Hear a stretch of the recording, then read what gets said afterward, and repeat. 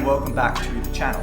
Today I'm going to be doing a tank spotlight on my 2-foot 60-litre jungle themed aquarium. So when I first set up this tank about a year and a half ago, the vision I had was to create kind of like rock walls at the front leading into a black background to create that sense of depth and use plants that really filled in the space to make it look jungly and mysterious. And when I was at my local fish shop, I came across this tower here that I thought would make a really good feature point for the tank. So I picked that up. I collected some rocks that I had just lying around outside, cleaned them up, and I created just a template out of paper of the size of the tank and played around with the rocks and the tower. And after kind of fiddling with that for a while, I got a look that I thought would work well, and I put the rocks in the tank and stuck some random bits of driftwood that I had lying around there to make it look like fallen logs and things. I used sand at the front to make it look like, we're standing at the edge of the jungle looking in. And then I also used Golden Tree aqua soil for the plants to help them settle in and grow well, and also grow well long term.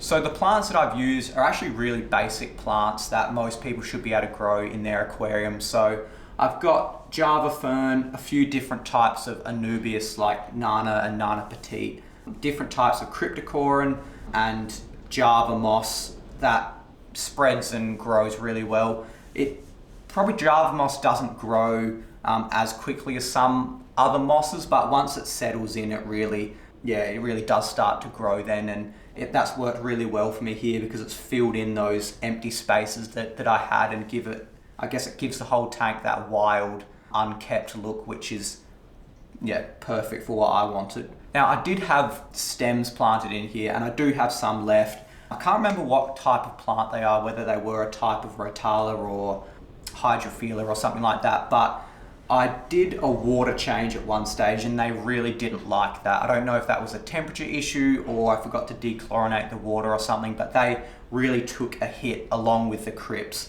So they melted right back, and you can probably see some floating around the aquarium at the moment. So this tank definitely isn't in its prime at the moment, but that's okay because I'm actually going to be end up doing something different to this tank, and there's a few other fish species that I want to keep, so I'm going to end up changing things around in this tank soon anyway. So the fish were an easy choice for me. I already had some neon tetras from a previous setup that I wanted to use, so I put them in there as well as 5 black neon tetras, and at the time I put in 10 ember tetras, and they were kind of the main fish of this tank.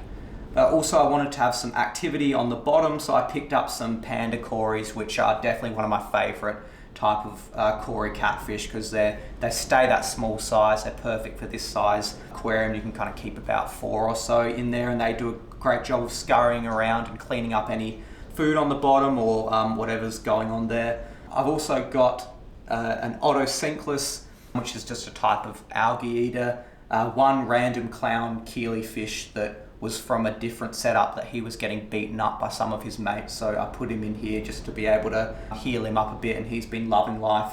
And I've got a colony of red cherry shrimp as well, which I think works so well for a jungle type tank because they breed, they spread out, they add that pop of color to it, and really wherever you look in the tank there's always some sort of activity going on. That the closer that you look, the harder you look, the more you see, which is what I really wanted for this tank.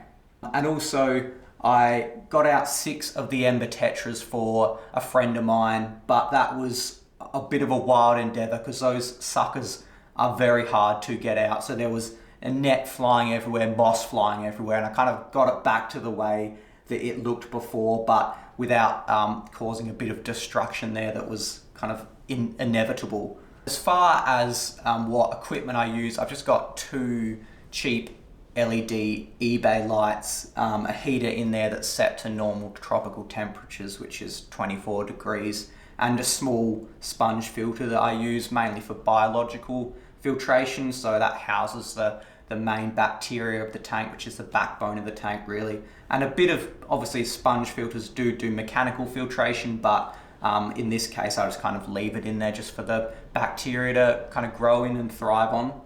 Definitely enjoyed having this tank for the last year and a half. It's been awesome to watch the different elements work together well, like the moss growing and spreading, the shrimp breeding, the tetras interacting with each other, and the panda cories. Yeah, it's been a really fun tank to watch, and I'm really happy with the way it turned out because it really did look the way that I wanted it to, and it's very satisfying to have a vision, to play around with it, and then it work out the way you want it to.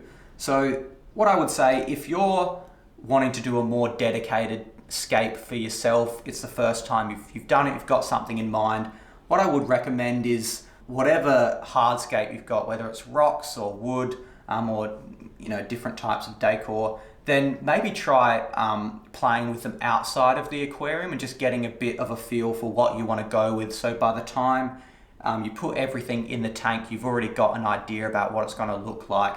And in my case, that really helped me to get that look that I wanted. And now I can just leave the tank alone and watch the plants grow and the fish interact without having to get in there all the time, change different things, and it might look better this way or this way. It's kind of just set the way it is, and that's the main thing you want with a tank, is to do the hard work first and then sit back and enjoy it and watch it do its thing.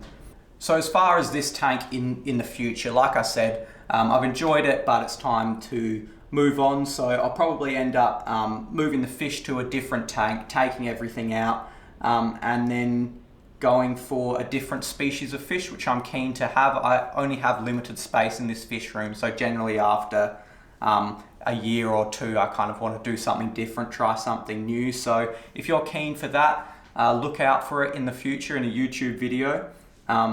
Thank you for liking, commenting, sharing, subscribing, all that good stuff. Please follow Sam's Aquarium Services on Instagram and Facebook, and stick around for more content in the future. So thank you for watching, and I'll see you on the next one.